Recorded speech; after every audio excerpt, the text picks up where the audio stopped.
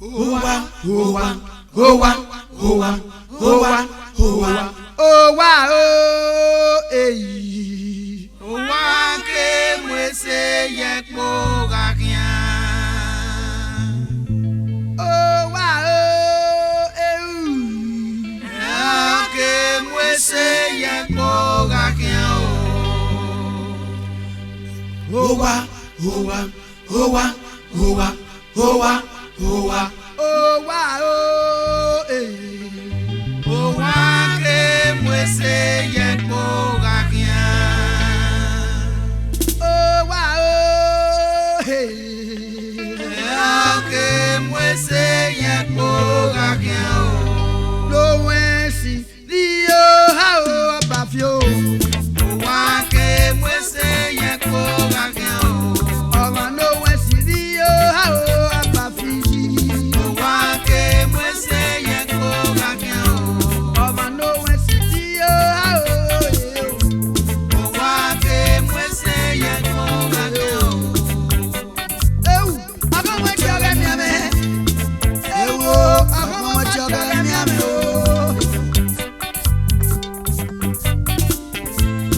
Owa o, owa o. Nohuensi dio ha bafi. Benona le ni je bo wa. Ọ̀rẹ́ mi àtọlọ́wọ́ mi alẹ́.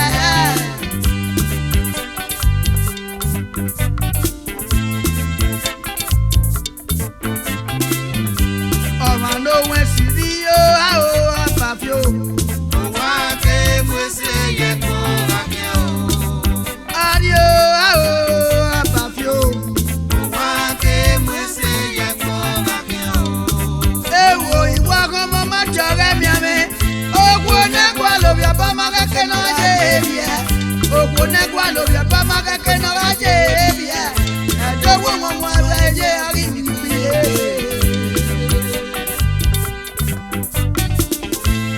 Owa ẹ̀. Ọmọ Nohuensi dio ha o abafio. Owa ke mwese EKIGHAGBOMWAN. Ọmọ Nohuensi dio ha o abafio. Owa ke mwese EKIGHAGBOMWAN. Wamurumo ibi adome na ebwagide. Wamurumo Akobeghian meri kwenye. Wadogo kuyakpa no wina zeki. Ipise nyakma eya wina le larioba. Azeki ne ariapa na kmomoe. Iya na mwigone no mieke na ya okenwa o. Igo na ariapa mu le diama wa madogeri. Ana yaga de tazimu no bi otena ni oragwa. Yaga de tazimu no bi otena ni o. Ọmọ Nohuensi dio abafi oye rẹ o. Owa ke mwese EKIGHAGBOMWAN. Ole tasi mami gori ere, ẹ o gọ teta. Ọmọ mi gori ere, ẹ o gọ teta. Nọ̀rí àpapà bá o máa dóore ọmọ ẹ̀rí ògìdà. Nọ̀rí ipò bá o ọmọ ẹ̀rí ọ̀yọ́mẹ̀. Nọ̀rí ipò bá ọmọ ẹ̀rí ẹ̀sẹ̀ sẹ́fíọ̀. Nọ̀rí ẹ̀sẹ̀ sẹ́fíọ̀ máa dóore ọmọ ẹ̀rí òṣèlú o. Adio ha o.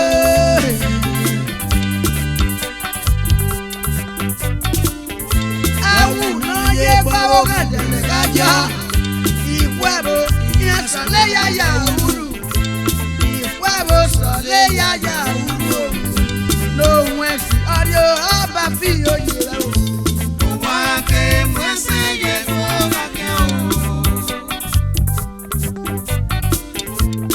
Èdìyàn bá òwò àwẹ̀kẹ́ ìmúṣe jẹ́ pé o. Ó lè jásí náà yẹ o. Uwe mwese ụmụ èdìyàn bá o.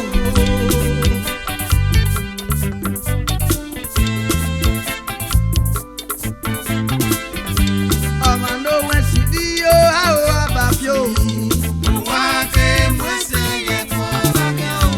Adóge àgbò, adóge àgbò, adóge àgbò, adóge àgbò. Àgbọ̀n wíkú lè wo àmì ìyá mẹ́mi lárí òwà. Ìyá rí àgà wẹ́mi lápọ̀lọpẹ̀ bá ló wà o.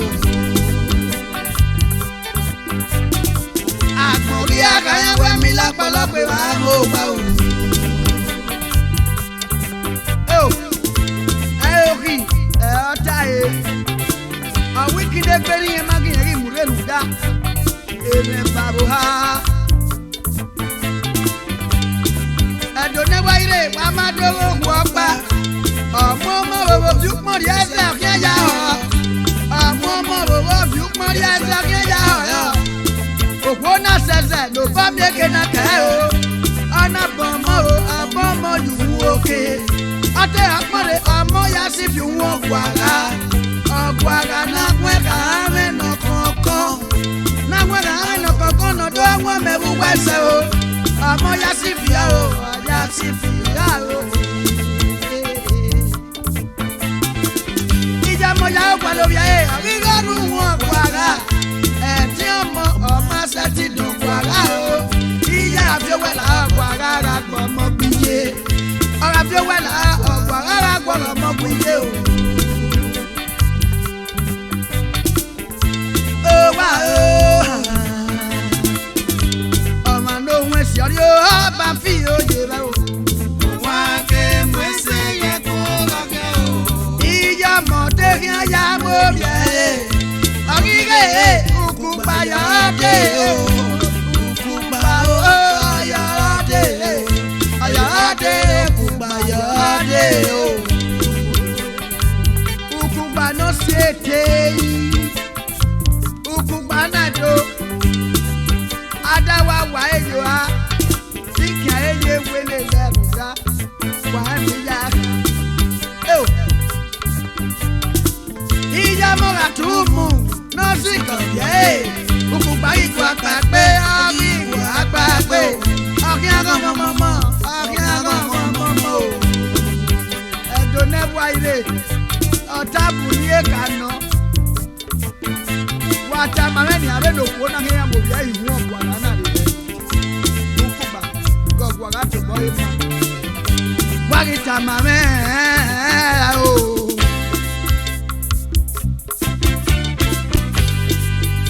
Osana bueno podigian re re re. Osana bueno podigian re re re. Re re re baba o. Osana bueno podigian re re re. Àbíọ́ fẹ́ ti gbọ́ wọn lọ lárí ẹ̀mí o. Osana bueno podigian re re re. Ìsànà bueno podigian o. Unu ọmọ ẹ̀ma ike mi náà káyà wẹ́ o. Osana bueno podigian re re re. Unu ọmọ ẹ̀ma ike mi náà káyà wẹ́ o. Osana bueno podigian re re re. Ìsàmẹ̀sánà yẹ fẹ́ ẹ̀gbọ́n rẹ̀ tẹ̀ ike yẹ balọ̀tò. Osana bueno podigian re re re. Akí afẹ́ ti gbọ́ wọn lọ lárí ẹ̀mí o. Osana bueno podigian re re re. Rere domi ọmọ náà fa bàbá o. Ìsànà bueno wọnú lélẹ̀ bàbá o. Osana bueno podigian re re re. Unu ọmọ ẹ̀ma kẹ́mi náà káyà wẹ́. Osana bueno podigian re re re.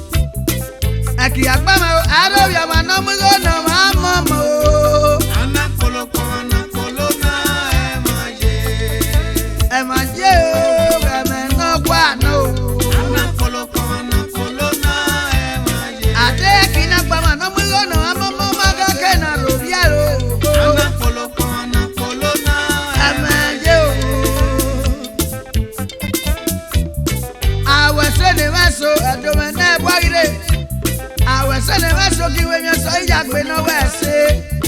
Ogi we yen so yagbe no wese o. Ugu emi amene ba so yagwale no wese. Ugu emi amene ba so yagwe no wese. Amani no wese nuweni enugwe kukiya. Use ayo ijebosa eje. Awe se je e ona sare pe. Nugwe kukiya ni no wese nugwe awe se no mede. Agbo abare mi ma ewa yo gidi gan yo bona.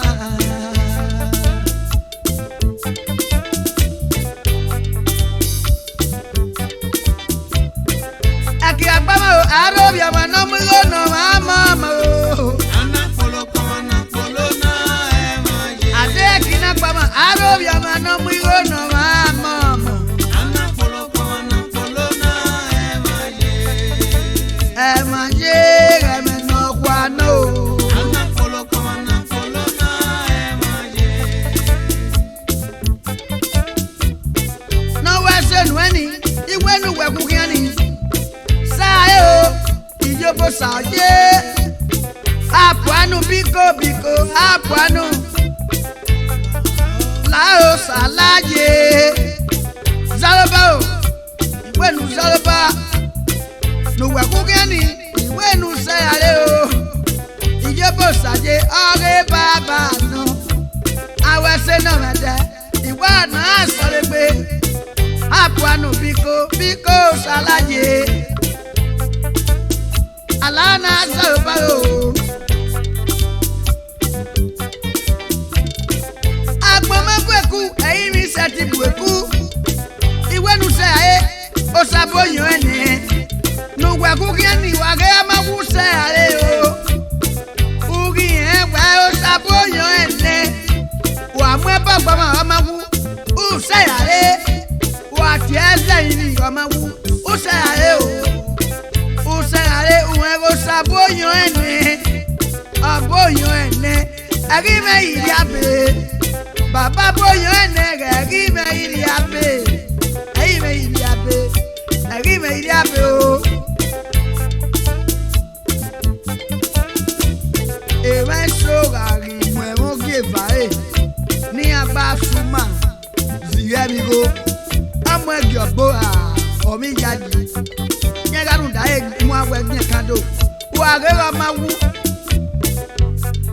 Ete pastor Martin mu ya no wina kan. Na ya teze mi ya obo. Ugmeso abote mi no uni. Eya mami o. Agba body yese agba pastor yese ya mami e. Eya mami e ate mi no ru. E baba boyo ene. Ame yabe. Agisa o pare baba je. Agele salba agosaje o. Agele zoba garosaye. Amani ni wa gbogbo kiani wa rego amade. Agele zoba garosaye. Weze wa paswe ni ama wa rego amade o. Agele zoba garosaye. Uzaru e boswe ni ama wa rego yeru arwago amade. Agele zoba garosaye. Uze wa banki ase ya fo unuwelo. Agele zoba garosaye. Uze mwa we je kando nuwelu dai mwa we oyeru arwa fufufu. Agele zoba garosaye. Bueno udaba mwa we dansi la kan. Agele zoba garosaye. Agele saoba garosaje o. Agele zoba garosaye. Agele saoba garosaje o. Agele zoba garosaye. Awe mi dan nem na we ba kai kia o do mi we no ne o. No we si agaba bota o, e mo masulu. Awe mi dan nem na we ba kai kia o to mi we no ne. We si agaba bota o, e mo masulu. Awe mi dan nem na we ba kai kia o to mi we no ne ji. No we si agaba bota o, e mo masulu.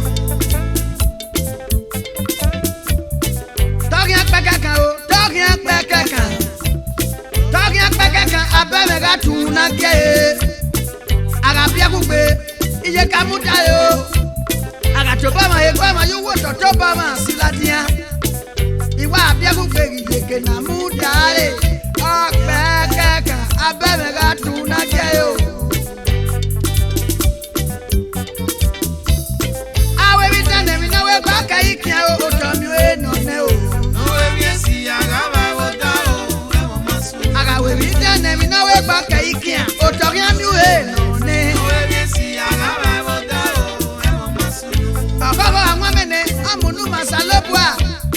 Ogogo amwame unu ni tamwe masalopwa. Atata bonu ya siba e baba ra bere edede. Orionu ya siba ni e baba ogagere. Ogagere. Ogagere o. Omo ufa o, umeke nu kian lesejo. Omo ufa meke no kian lese. Esu o. Asati kobi o same. Ruda obianye. E o. Obianye. Obianye mi no asati uwe piye kekwi. Obianye me mi no asati uwe piye kekwi. Ruda na esu asati kobi baba o. Awe bitane mi no we baka ikia. Otami we no neji. Nohuensi agaba o masu. Ouga keboya. Obi yeye efafi. Ouga galo dene. Oya ido gale lekia. Egele o. Ogele.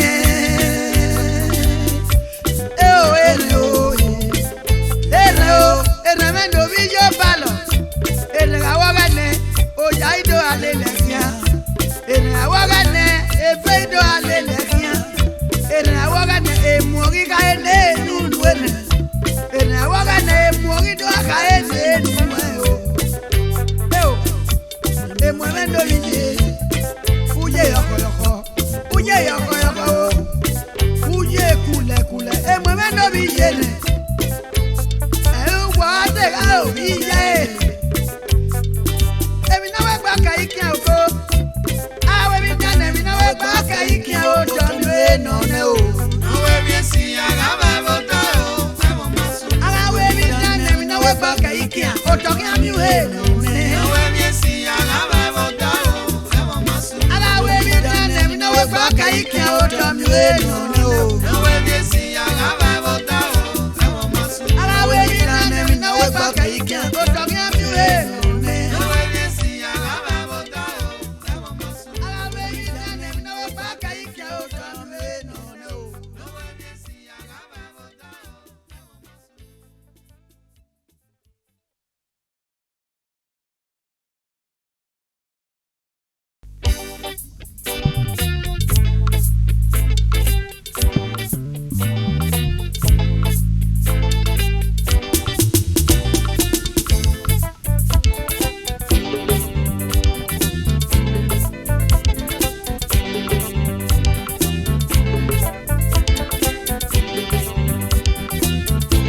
Oi same na kiade o.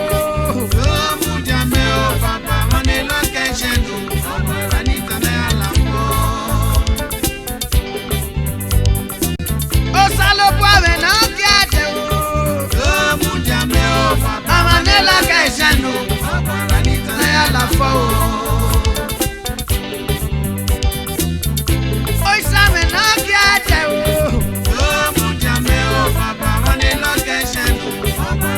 Na ya la fo o. Enene ni tana ya la fo. Enene ni tana ya la fo. Enene ni tana ya la fo. O salo bo no kiade nu la onu ge ya so bo o. Ba wo baba o. Oi same na kiade o.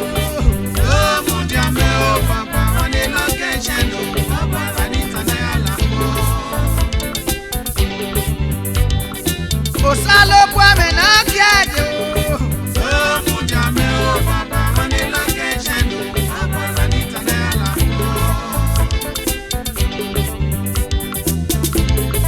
Enene ni ta o.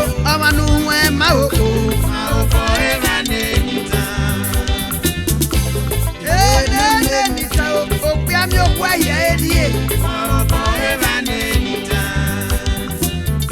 Enene ni ta o. Ogwo mi oda ya eran o.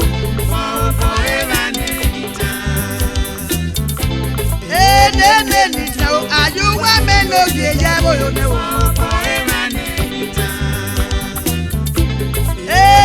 Enita o wa gbe bo mi o ko amuso wa.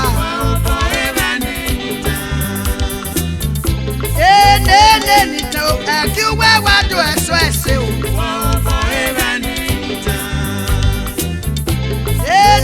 Enita o ari abasu wa ba fone.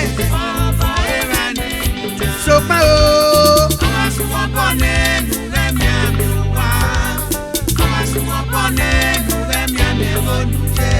Umenwaen wala wale jamia mbegbe o wala o.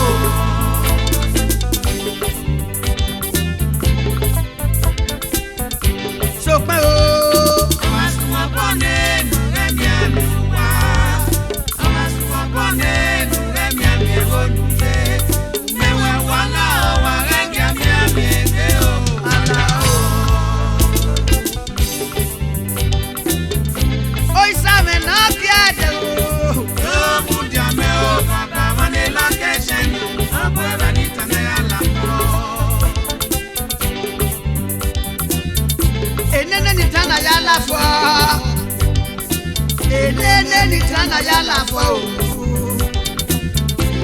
Enitana yala fo afe no suba e me ya ke enita o adonebo aire umo me ni kwemi owo na fun ayara me ta papa umo ma fo na ko elu ga ni na lo iya yere ma eri kwe bi ye me ade ihe olu mo me ikpe abologe ndo awina.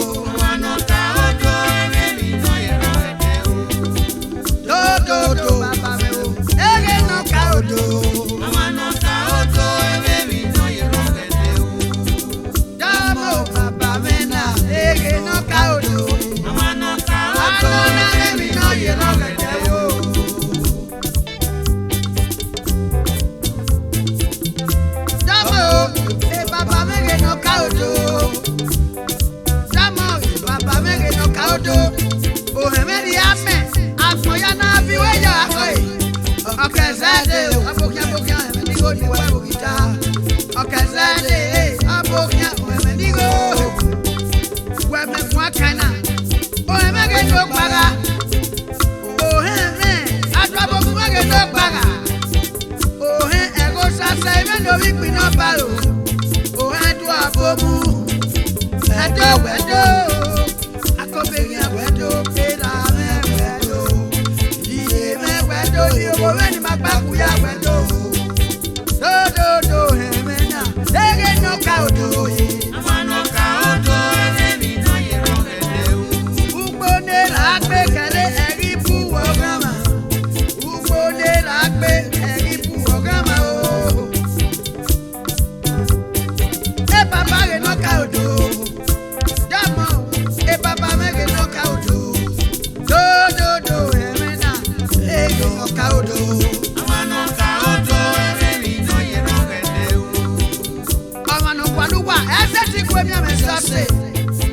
Omanu wabu, eseti kwe sosose o.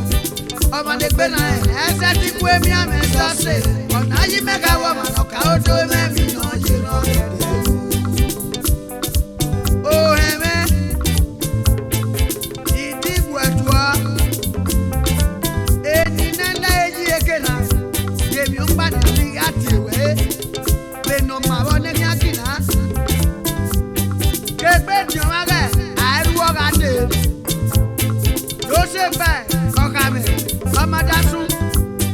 Amadasu say onasene ejoma iriwi kegbiriwi e ona be sene okame agbebo okebapa e ona be muge okame ipino paro no do sepe adaso mare eninele eji ekena ego sase no ipino paro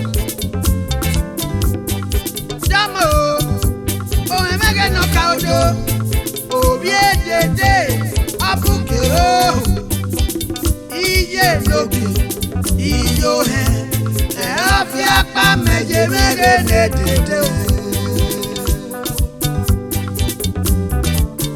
e afia pa meje mege nedede amo he no give iyo he obiabiwe obiagwaki Abuki, anona mwina yake ekuno biogayo. E papa mege no kaudo he. Wano kaudo eme mi no yirangete u.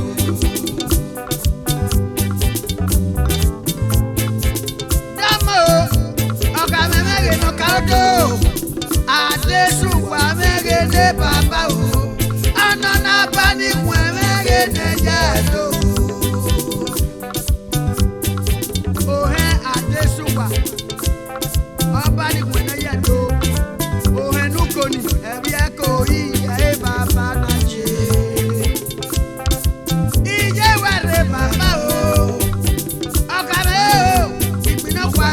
Papa, if you know why I'm no video, oh no, no, oh, hey, no person. Damo, Baba, do, Baba, Mena, no kaudo. No kaudo, and maybe no you wrong. Damo, the way, oh, your Pama Uji, man, no, be a okay, just where I'm at. Oh, Nagi Bama, enough women will be well. I do buy your head, enough will be away. I do buy your head, and I jump, men will be in the Eastern. If Papa no kaudo, I went to go to work, and I pull a man of your back for low. Watamo, Papa, make no kaudo. Do, Papa, mena, no kaudo. No kaudo, and no ye don't get you. When my Yakukwana, I was outside. Oh, I was outside, and no big we know. Oh, hey, ya, we went so far away on Lugangbe. Ekinuena, I'm a setting away. Upon a way, I'm not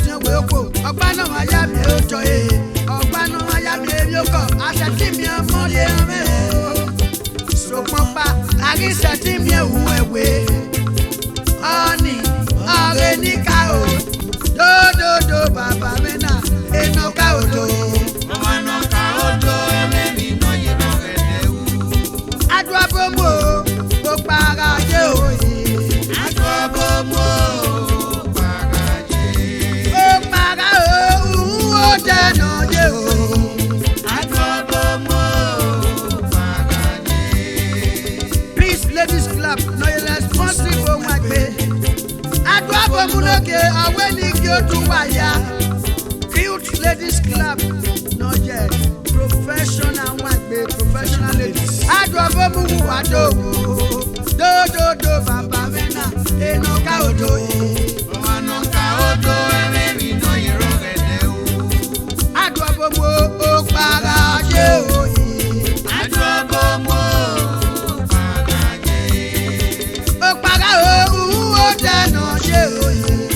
Aduabomu O o je waye. paraje. Club 7 no ye tell us one way. Club 7 itawo saga ya you ware. Yo laga Edward kuma me no bi kieba. On Saturday me no bi wa go.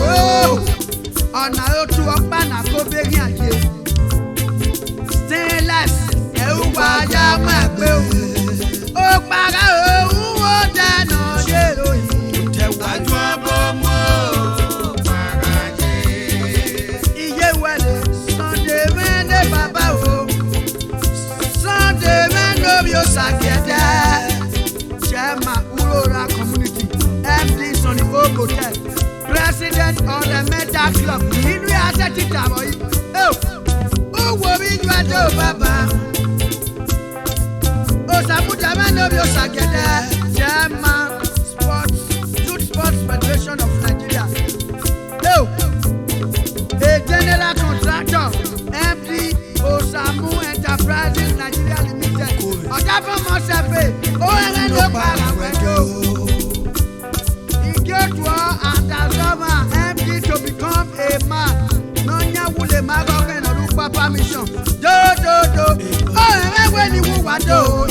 Aduabomu o paraje. Paraje, ó paraje o. Aduabomu o paraje. Ó paraje, ó paraje o. Aduabomu o paraje.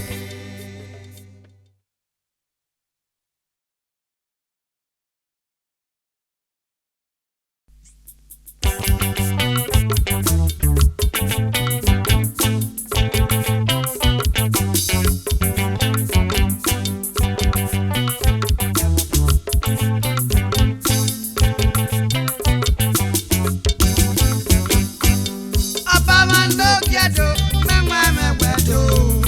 Ọ̀pọ̀ òmùdó ọba nẹ́rí pọ̀wá o. Èdè àwa mi lókè máa ò mẹ́wàá mẹ́wẹ̀ẹ́dọ̀. Ọ̀pọ̀ òmùdó ọba nẹ́rí pọ̀wá o. Oge lọ́gbà máa ń dẹnu wú kan máa rí ẹjọ́ ní lọ́wọ́ èkó wẹ̀dọ̀. Ọ̀pọ̀ òmùdó ọba nẹ́rí pọ̀wá o. Nọ́ọ̀mà yóò tètè náà wúwé sọ́mọ́. Bí ẹ̀dọ̀ yà wẹ̀dọ̀ nírò wá. Ọ̀pọ̀ òmùdó Ọba ọba ò nẹ́rí pọ̀wá o.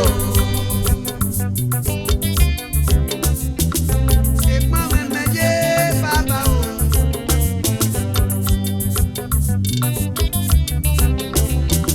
Kúrò mẹ́kúndé mẹ́mẹ́jẹ́ o bàbá.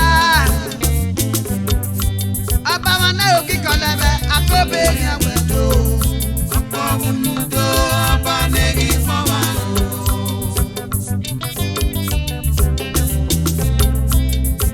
Dọ́mọ̀ o bàbá iye torí lọ́wọ́ èkó wẹ̀dọ̀. Ọba wọn ló gẹ́dọ̀ mẹ́wàá mẹ́wẹ̀ẹ́dọ̀. Ọ̀pọ̀ òmùdó ọba nẹ́rí pọ̀wá o. Ibi ẹ̀dọ̀ wọn ni mo ṣe. Agbábádọ́lá tó yí. Ààrẹ kiri náà má sùnù ẹ̀dá sùnù bẹ̀rù náà o.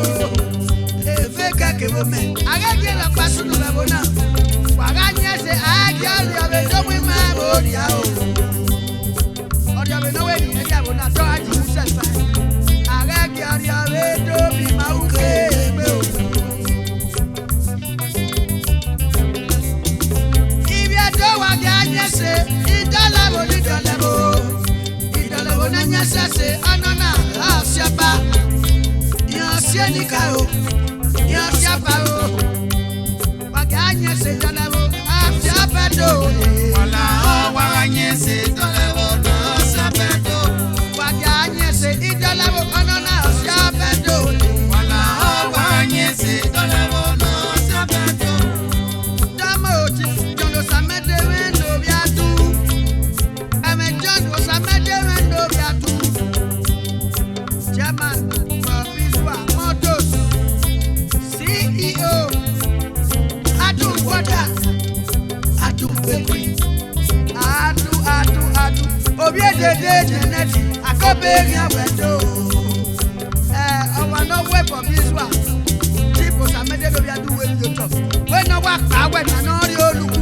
No yare o tene mwana. No boyeba. Ekena na okerwa. Akisiebo leo.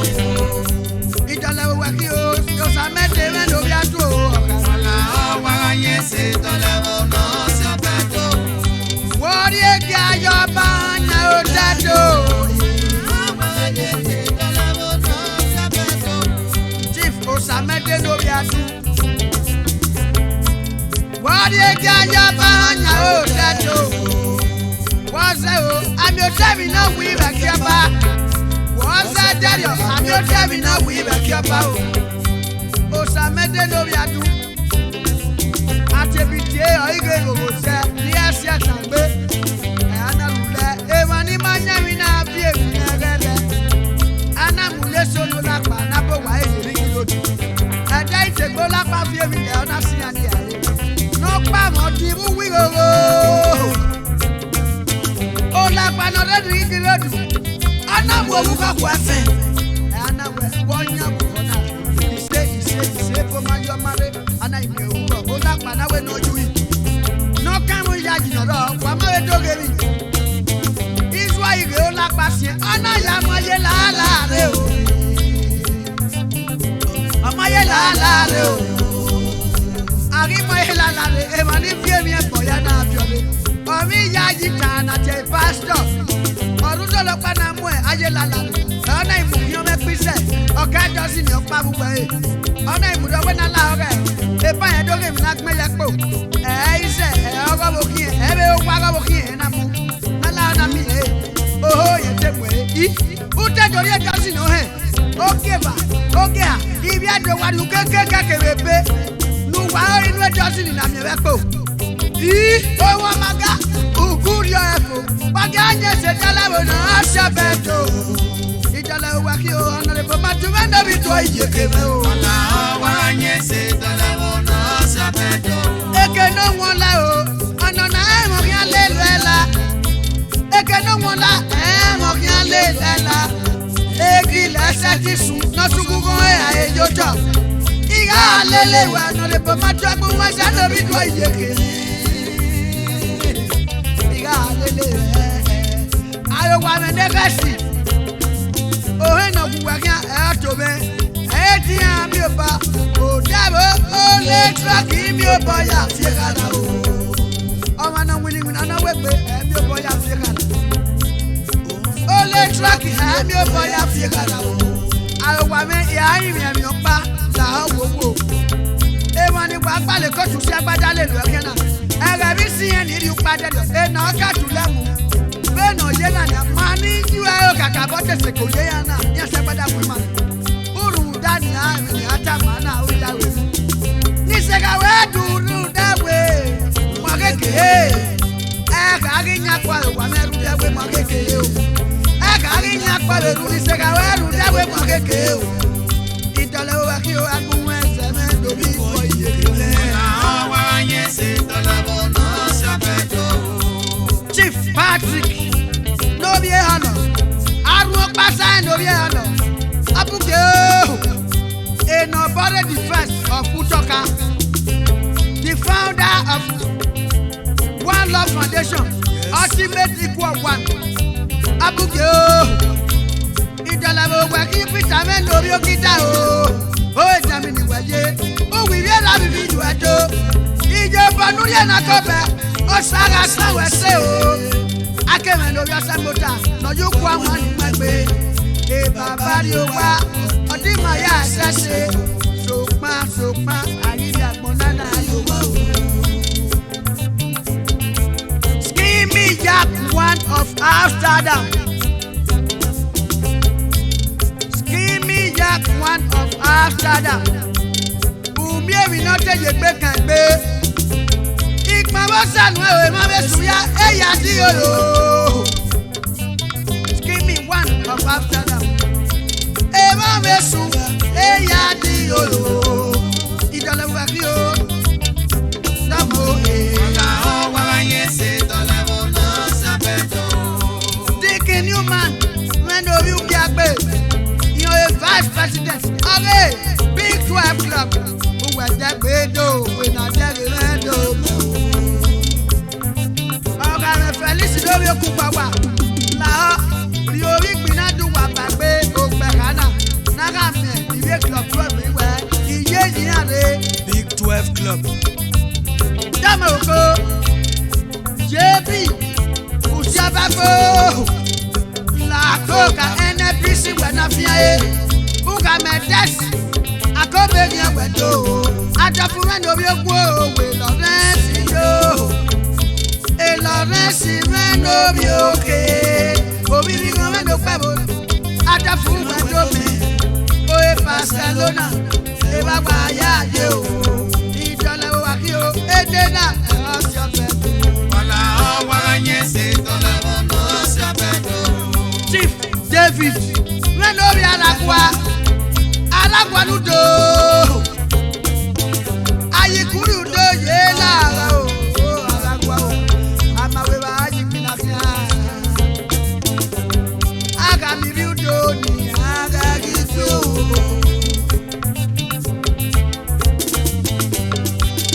Adaze Ọmọ Jesi Anthony Okungwawa MD Atokus Moto Iyo Banurie na Akobe Isati we o